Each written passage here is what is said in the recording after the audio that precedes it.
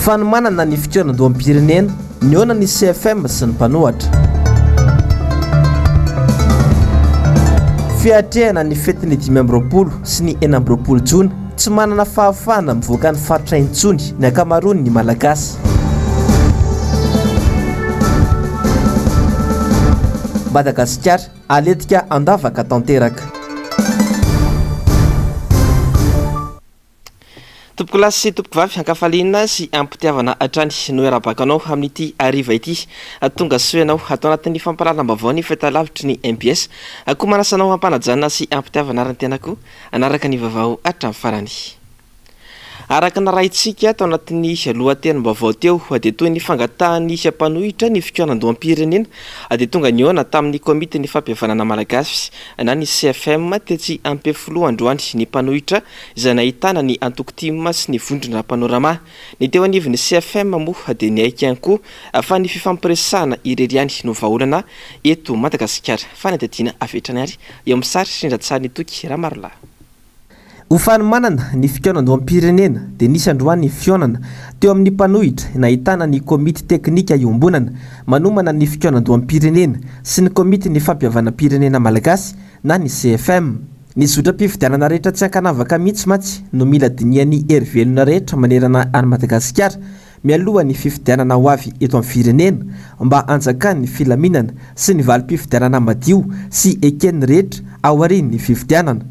Ary ny tanjotsika dia anana andian-dalàna tsara rafitra mahakasika ny fifidianana zay tsy miteny hoe lalam-pifidianana fotsiny fa mahakasika ny fifidianana rehetra mihitsy zay haharitra eto amin'ny firenena malagasy. Samy malalintsika afaka manao volavolan-dalàna mahakasika an'izany amin'izay mampety azy ny mpitondra fanjakana, afaka manao tolo-dalàna ny vondrona parlementaire avy amin'ny mpanohitra amin'izay mampety azy.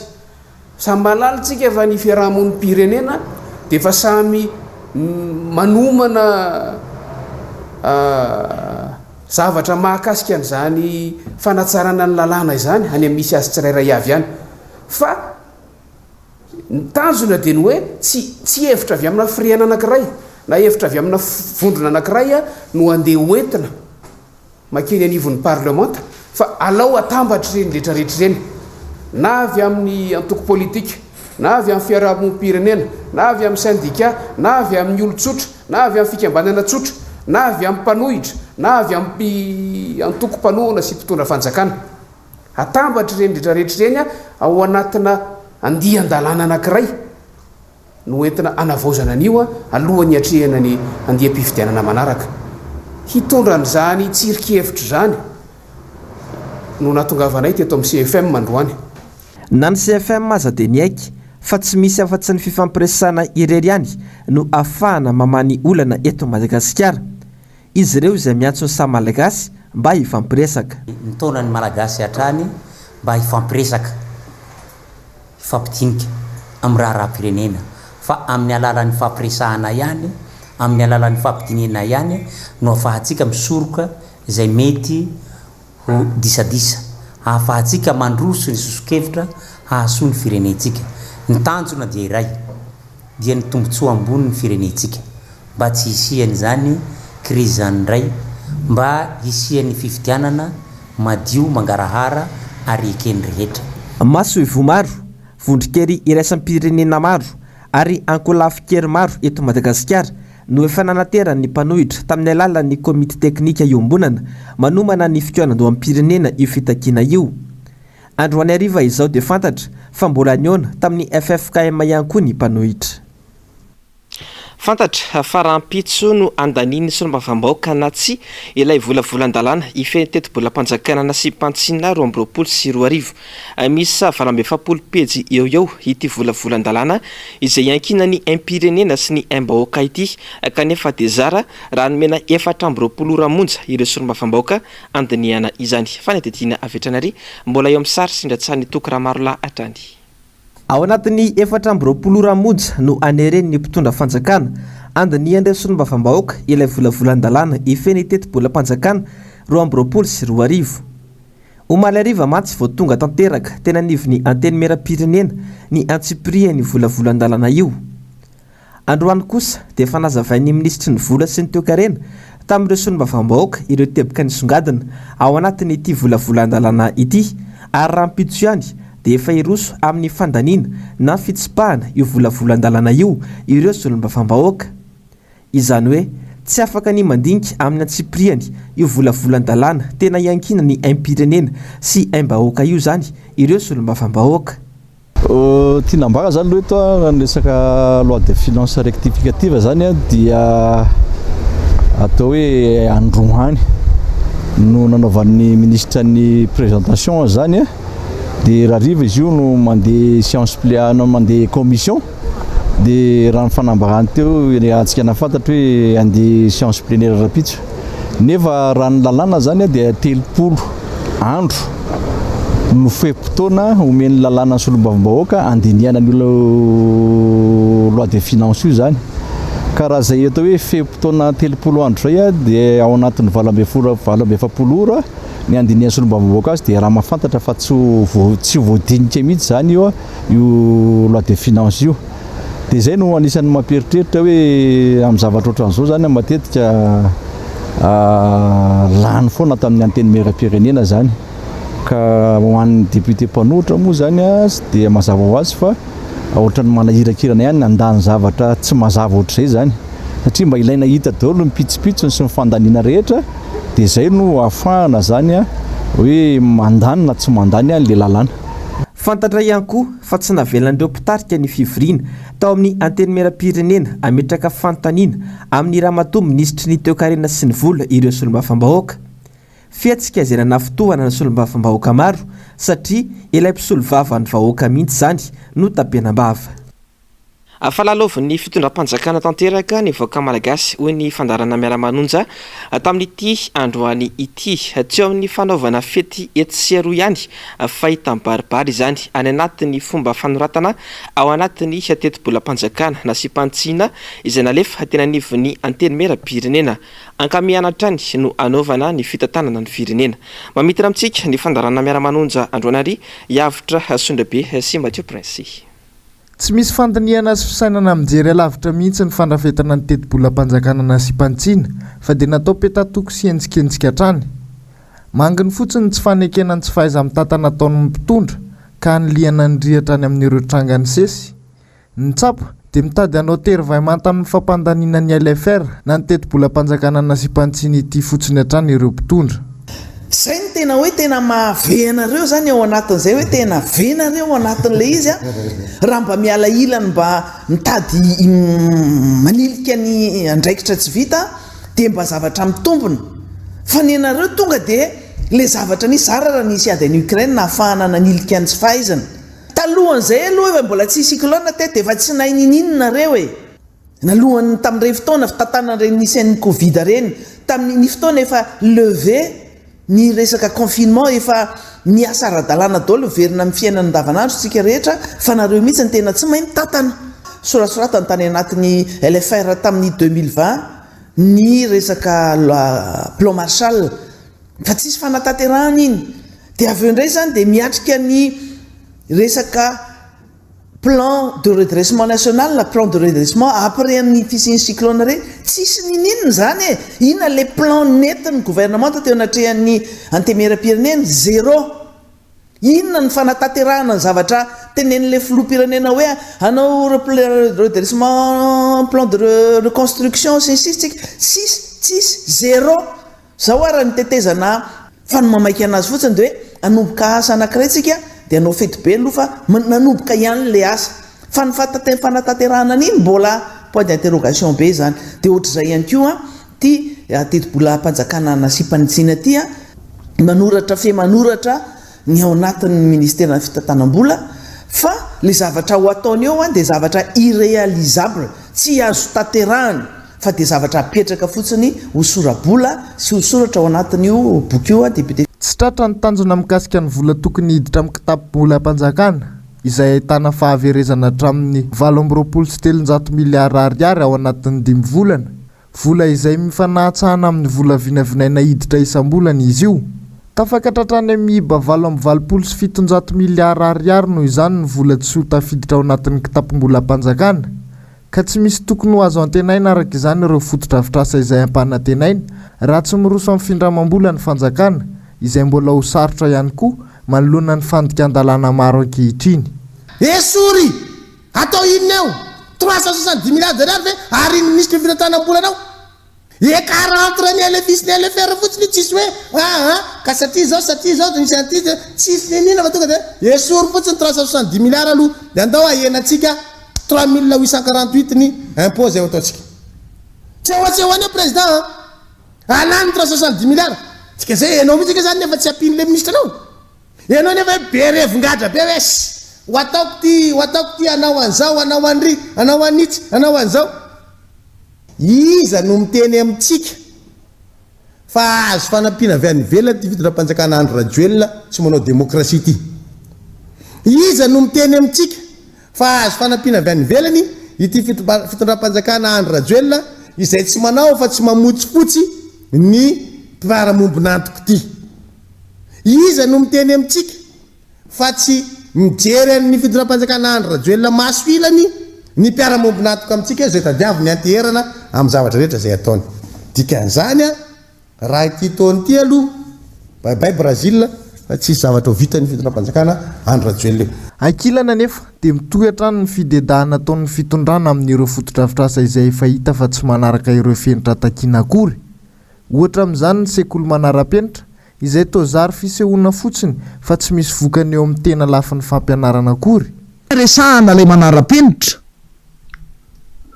dia efa mba natao veary ny tombana ny évaluation firy ara ny ankizy scolarisé firy ny ankizy afaka miditra ny ampianarana amin'izao tsika miteny zao ampitao amin'ny anteo aneranela ny taona 2 sy 4 sy ny 5 sy 4 fa nidina ambany be mihitsy mitahany zany fidirana ankizy atsekoly zany nefa ilaina tsy le hoe manara-penitra raha tany Andramasina isika tany Alarobia Vatsola de tena nisy anankiray le lazaina fa manara-penitra amin'ny alala loko fa ny fefy planche kely sakany angambana ohatran'izao sady mikorotana ny maloto tsy de tena misy firy koa fa raha misy tsy ampy 10 metatra ny tavany zany na ny fasadiny na 20 zay de ambara fa manara-penitra firy ny mpianatra firy ny mpampianatra nahazo fiofanana ve misy ny fotodrafitrasa sy ny fitaovana ilaina rehetra amin'izany hoe fampianarana manara-penitra any ve inona pokaty tsy izay ihany fa lasa tsontsony avina ihany koa ny lafin'ny finoana hita taratra zany nandritra ny fotoam-pitondrana izy ireo ary maro ny fihetsika manaporofo zany atao fialokaloha fanana fiainana ny ratsy ataon'ny fitondrana ny lafiny ara-pinoana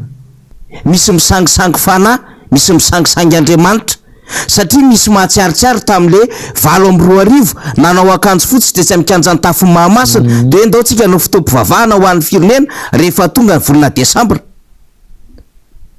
ka azo moa ny tanàna Antananarivo de nahodina indray le vahoaka nanketsy Ambojatovo de nitokanina nikanjany demokrasia de nidina tsikelikely taitsananakely ay andatsadraha nongam-panjakana ny tanjona fa modiny vavaka ny natao tsy eny mikanjany tafony Mahamasina fa ny ataon'ny vava sy ny ataon'ny tanana isan'andro mibianko mitsipona amin'ny gros poisson isan'andro scandale détournement anty fireneny ty atrano volamena mivoaka eto ny alatra tany sy ny sisa fa misy zavatra mahafampany eto Madagasikara de foronina daholo le hetsika ara-pivavahana ohatran'izao aza misangy fanahy aza misangy Andriamanitra fa tsy filalao zany eo izay lafa mavao ny politika izay hatrany dia nitondra ny fanehoan-keviny sy mahakasika ny olana solika sy ny angovo eto Madagasikara no sady nandroso sosikevitra ny amin'izany androany ny avy eo anivon'ny antoko politika otrikafo tokony aleo tena ara-tsolika isika eto Madagasikara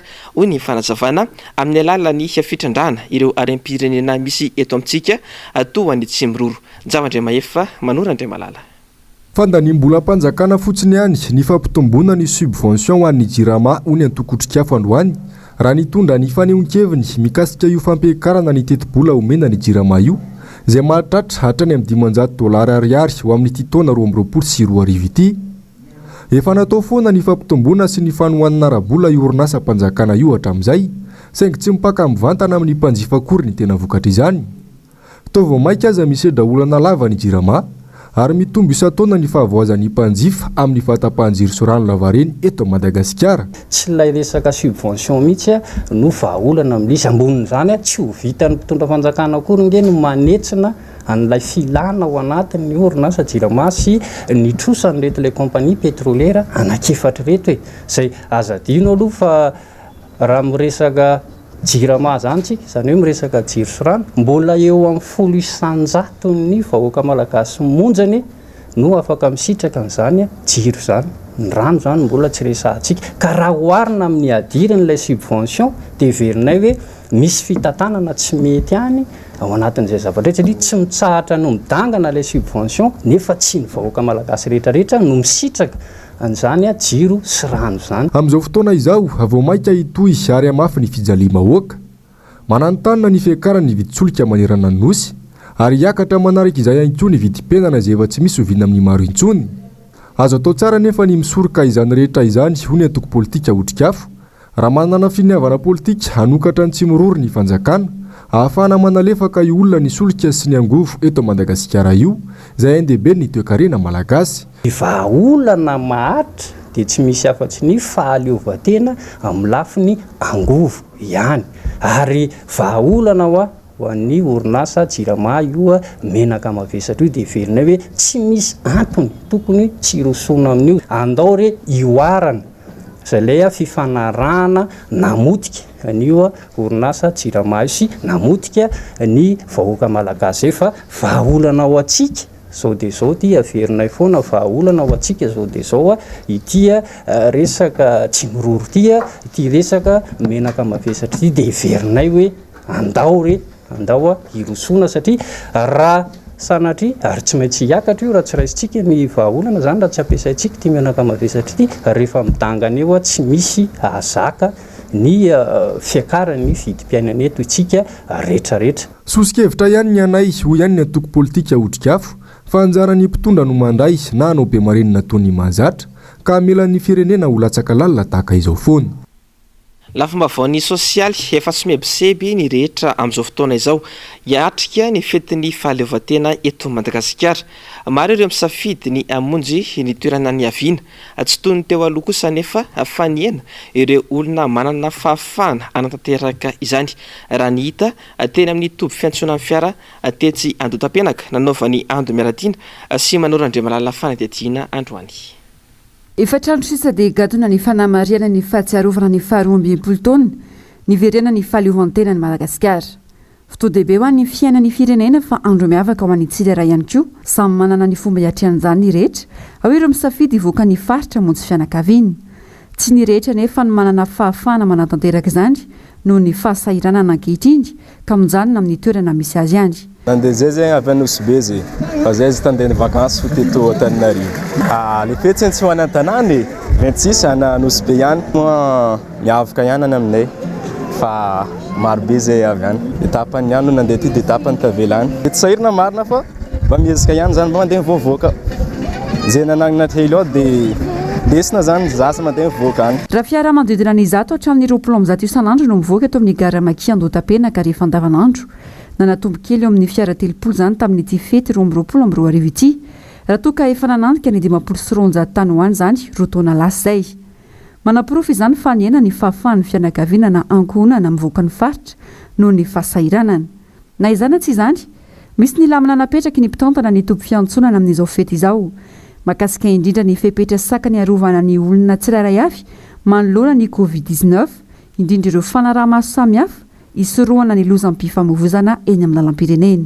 Comme efa misy an'ilay comité GRV Maki lutte contre le Covid-19 aty amin'ny tompim-piantsonana dia iny zany le comité de vigilance zany hoe manara-maso mijery amin'ny fanajana an'izay fepetra ara-pahasalamana satria io averinay foana hoe vavahady aty amin'ny tompim-piantsonana dia tsy maintsy mitandrina foana mba tsy hisian'ny olana ao aoriana ao. Voalohany aloha eo amin'ny resaka hoe fanaraha-maso dia ao anatin'izay ihany koa ny fanentanana ny fiara rehefa tonga aty amin'ny aty Antananarivo tokony mandalo entretien daholo aloha dia ihany koa ny fijerenan'ny toron'ny fiara sy ny mpamily izay fanentanana foana ihany koa moa zany hoe mba tsy isian'izay hoe dona miverina mety isian'ny arerana loatra izay. Eo ny fahavitsiny mpandeha fa mbola olana goavana nanaovany mpitatitra antsoava hatramin'izao ny faratsy ny lalam-pirenena maro. Ao ireo potika tsy misy fikitiana mihitsy, ao ihany koa ireo atao petatoko ka vao andehanana kely dia simba. Tranga izay mampisy fiantraikany goavana amin'ny asa fitaterana. Taloha teo zao tamin'ny semaine lasa avy any betsaka sy le petsena. Dia zao efa presque fa tsy ny olona mandeha mody fotsiny zany zao sisa tavela. Mbola rasy be ny lalana aminay iny. Ambanja ambondromamy zany mbola rasy RNC. Mbola sisy fanamboarana mihitsy jusqu'à zao e. Entana zao be dia be fa mipasatsy dia misy firy satria le olona koa mbola tena tsisy vola daholo angambany dia eo ny olana. Anie manatombo kely fotsiny amin'le sanandro fotsiny zany le olona mandeha tsy dia araka ny eritreretana hoe efa misokatra ny karama mbola tsisy karama misokatra zay zao mandeha dia go fa mbola ratsy mbola ratsy. Ambanja ambilobe zany no efa vita terasy mafa ambanja tsuy tena mbola azo lazaina mampiteny mona mihitsy. Mbola mijanona amin'ny teo aloha ihany aloha hatreto ny sarandalana makany amin'ny faritra toy ny aty amin'ny tompy fiantsonana Andotapenaka. Fanapakevitra iarahan'ny filohan'ny kooperativa sy ny tompon'andraikitra no ahafahana mamaritra ny fampiakaran-jandy na tsy. Etsy ankilany, ireo mpitatitra eto an-drenivohitra izay nanamafy fa tsy azo idivirana ny fampiakarana sarandalana ka ampiatra izany manomboka ny volana Jolay ho avy izao. Faniparitaka sy nampivarahontsana olona maro ny trangam-piarahamonina niseho tetsy Androndra ny alahady alina lasa teo. Tovolahy 17 taona no maty vokatry ny tsindronantsy miisa 4 izay nanjo azy. Fantatra araka ny fijoroana vavolombelona nataony avany maty fa tovolahy avy Androndra ihany no namono ny avan'izy ireo. Etsy ankilany dia saika niara-ny fitsaram-bahoaka ny fianakaviana voalaza fanamono ary nitaraina tamin'ny mpanao gazety ihany koa izy ireo tamin'ity androany ity fanadihadiana. Ny alahady alina lasa teo no maty voatsatokantsy ny tovolahy iray tetsy Androndra. Voalaza ndreto fianakaviana maty reto fa tovolahy teo an-tanàna ihany no namono ny avany ary efa fanao ny tovolahy izay voalaza fanamono ny olona io no mila ady eo an-tanàna raha nambara ny fianakaviana maty hatrany. Ny nampalahelo an'ireto fianakaviana manana ny maty reto nefa dia nilaza izy ireo fa tsy navela itory izy ireo ary everin'izy ireo fa misy ambadika ity raha ity. Le ahoana moa zay tsy afaka mitory fa ty anabavy kely ty ihany no afaka mitory le rahalahy fa tsy afaka amin'ny fianakaviana manao fitoriana ho anazy.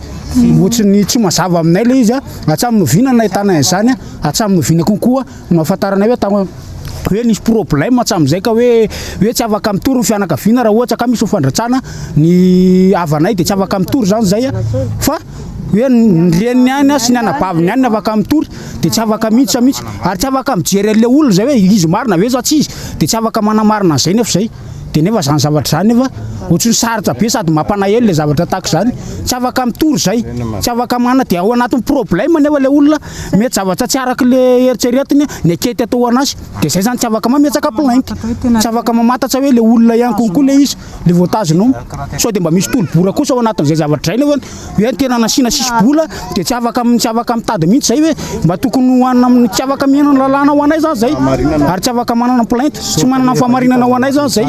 Niparitaka ny vaovao fa tsy hita popoka ilay tovolahy voatondro fa namono ilay tovolahy ary nirohatra saika andoro ny tranon'izy ireo ny vahoaka sasany tao Androndra. Izy ireo izay nandiso io vaovao niparitaka io izay nilaza fa tsy hita io zanan'io izay voatondro fa namono olona. Saika tratran'ny fitsaram-bahoaka mihitsy ny azay tena mafisika etoana satria ty zao dia misy milaza vaovao tsy izy mihitsy ny ty hoe tsy hita mihitsy ny dera dia afaka mamaky an'ity gazety ty ny olona fa diso fa zaray ny dera mihitsy zany manambara fa tahalatsinainy dera dia efa tato amin'ny BC dia efa nihidy tato dera dia efa tratran'ny famotim-pitorany dera dia andeha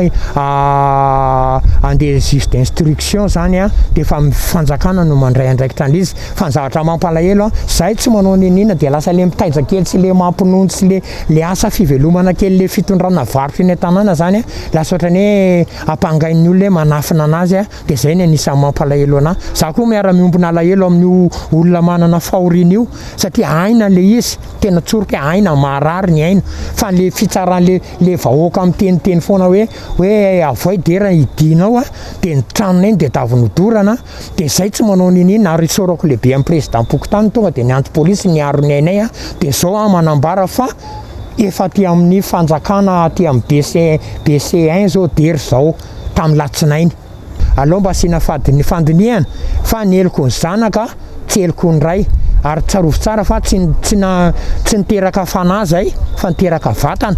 Efa nanivon'ny mpitandro filaminana sy ny fitsarana moa ny raharaha amin'izao fotoana izao ary andrasana ny toy ny raharaha. Vaovao mampalahelo izay trany dia nodomandry teo amin'ny fahateram-dimapolo taonany teny amin'ny Omi Iravelomanantsoa Sofia izay mpanentana sy mpamokatra fandarana atao amin'ny radio nasionaly malagasy na ny RNM. Araka ny nambaran'ny fianakaviany dia efa narary atao anatin'ny fotoana naharitra izy ka voaterina nampidiry na hopitaly. Anisan'ny nahafantarana ny Iravelomanantsoa Sofia moa ny fahaizany milalao sy manantontosa ireny tantara amin'ny onjam-peo sy ny fanentanana sy ny famokarana fandarana toy ny fandarana tantara hoe isaky ny zoma hariva izay nandeha tamin'ny fahitalavitra TVM taty aoriana. Atao ihany koa ny fandarana antsoina hoe mba andramiany ny vehivavy sy ny fampandrosoana ary aoka izay ny kolikoly ny arahana tamin'ny Bianco. Ateraka tamin'ny 4 Jona 2017 i Sofia Iravelomanantsoa telo mianadany zanany ary 4 ny zafikeliny. Nanomboka tamin'ny taona 477 izy no niditra tao anatin'ny RNM rehefa nandresy tamin'ny fifahananana ho mpiasan'ny radio. Anisan'ny nahazo ny maribonay pirenena Chevalier de l'Ordre National izy tamin'ny fanamariana ny 70 taona ny RNM. Ankoatr'izay dia mpamokatra ihany koa izy. Ny Rintsoa no anarana nahafantarana azy. Izahay eto amin'ny onjam-peo sy ny fahitalavitry ny MBS moa dia mirary fiononana feno ho an'ny fianakaviany.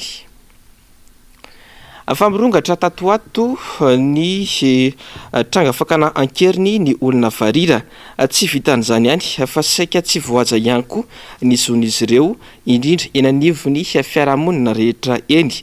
Nisy indrindra moa ny atrikasa izay naharitra 3 andro no tanterahan'ny firenena mikambana ny RCDDED namoahana ny fehi-kevitra fiarovana ny zon'ny olona varira sy ny ahafahany mivelatra eny anivony fiarahamonina. Ando Meratina Manora Andriamalala. Lasibatry ny fakanankeri ny olona varira indrindra fa nizaza amin'izao fotoana izao. Tato anaty ny enim-bolana voalohany tamin'ity taona 2022 ity fotsiny dia efa tafakatra 13 ireo tranga ka nisy 2 maty. Raha toa ka teo amin'ny 9 zany ny taona 2022. Ankoatra izay tsy voaja ny zony. Misy ny fanavakavany any anivon'ny fiarahamonina. Miaritra ireo esteny sy fanalambaraka maro ataon'ny olona indrindra any anivon'ny siatrasa. Tantara tany Afrika izy io no nahazo vahana kokoa ary ny antony dia karazany ohatrany hoe anaovan'ny olona sorina azahoana pouvoir dia indrindra moa any amin'ny tany afrikana rehefa akaiky à la veille d'élection dia mihetsika be dia eo amin'izao fotoana izao zay le mampametsa-panontaniana hoe sao dia sanatry tsy tokoa ve ohatra izay ny tranga misy fa à 100% zany tonga dia traumatisé na ny fianakaviana na ny reny na ny ray aman-dreny na ny famille manana varira dia lasa mitaintaina hoe aza mivoaka fa ho alain'ny olona ary le izy no manahirana eo koa zany masika loatra koa ny fiarahamonina vao mandeha ny andalana miliara mandehandeha iny dia lasa miteraka impact angezabe amin'ny sain'ny ankizy varira. Tsy mbola misy antotanisa marina momba ny olona varira eto Madagasikara. Ahafantarana ny fomba fiainany sy ny isa marina.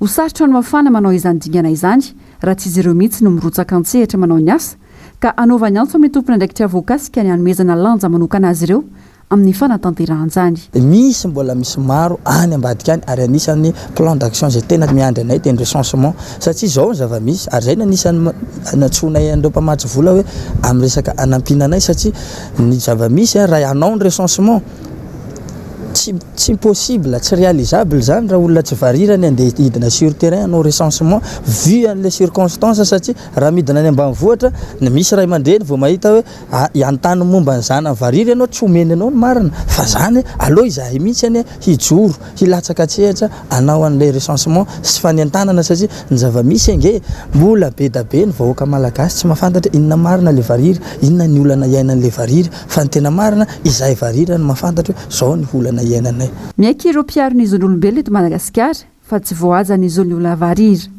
Izy ireo izay mandray anjara feno amin'ny fitadiavana ny hevitra rehetra anohanana sy arovana ny zon'ny ireto olona manana fahasimbanana ireto. Sorina no ny fitadiavam-bola satria mety misy olona mieritreritra hoe any anaty maso ny varira misy diamondra zareo koa raha anaovana sorona mety ohatra misy olona tia haka arena kibo tany dia mila manao sorona nefa misy koa tandrefa ny Afrika ary zay ny tena grave misy resaka sorona ara-politika hoe misy olona zao tia azo fahefana dia misy mpimaso miteny aminy mila maka variry ianao dia mahazonao fahefana ka io atahorana aty amintsika ve efa misy an'izany zany atahorana daholo dia mila sorohana daholo zany rehetrarehetra zany dia zay zany mahatonga an'ilay hoe ndaontsika no atrikasa ho fiarovana ny olombelona variry eto Madagasikara. Vaovao amin'ny maro ihany koa nefa mahakasika ny olona variry ny antsoava tonga mba dia ho an'ny fianakaviana ny ray aman-dreny hosa iara-iasa amin'ny tompona andraikitra mpanjakana rehetra eny fotony ary ifandray amin'ireo vovonana maro amin'izao ady iraisana apetraka izao. Nisy ny atrikasa ny ran'ireo mpiantsehatra amin'ny fiarovana ny zon'olombelona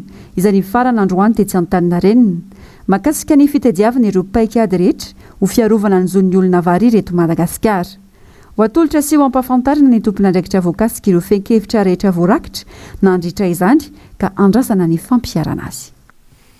Fasehatra iray isan'ny mbola mitana anjara toerana lehibe eto amintsika ny tontolon'ny serasera amin'ny alalan'ny fanaovana tantara amin'ny haino aman-jery sy ny fanabeazana entiny eny anivon'ny fiarahamonina rehetra eny. Misy anefa ny olana sedraina ao anatin'izany tsy ahafana mivelatra kokoa eo amin'izay sehatra izay. Nanao ny fanadihadiana momba izay indrindra Injavandriamaefa sy Manora Andriamalala. Ny fahaizana manoratra, milalao tantara, ny fahaizana manentana ary ny fahaizana mikabary dia samy talenta manampy ny serasera avokoa. Ny fahaizana mandrindra ireo teboka ireo no ahafahana mamelona tantara iray na amin'ny onjam-peo izany na sarimihetsika ho volavolaina. Olana nefa ny tsy fahampiana ny fampiofanana eto amintsika ka zary lasa tsy zarizary ny afatra tiana ampitaina ao anatin'izany. Eto amintsika mbola tsisy sekoly manokana hoe mampianatra momba an'izany hoe filalaovana tantara na fanoratana tantara na filalaovana an-tsehatra zay fa samy manao arak'izay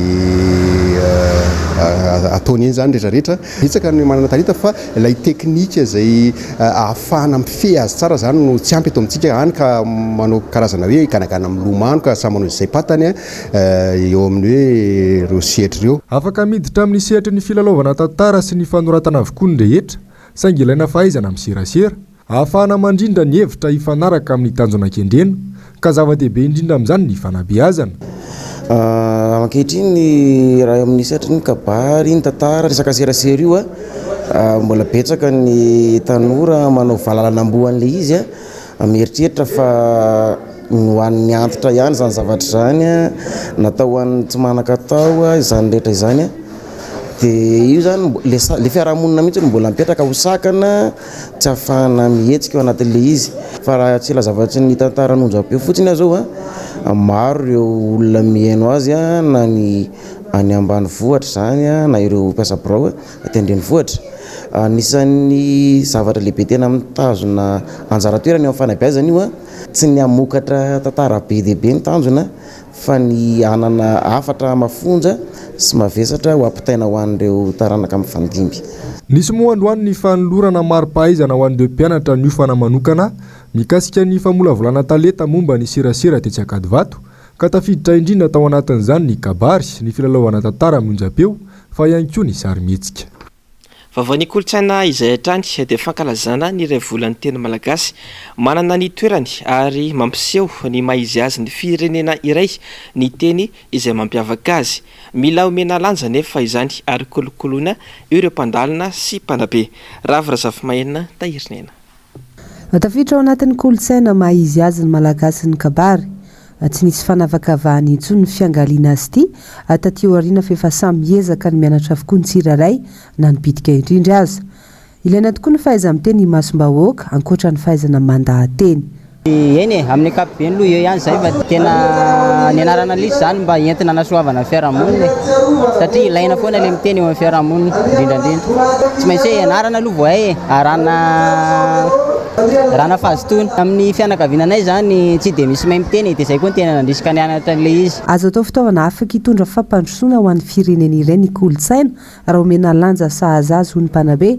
Andraikitry ny fanjakana noho izany manome lanja ary mampafantatra izany ankoatra ny fikojakojana ireo vakoka.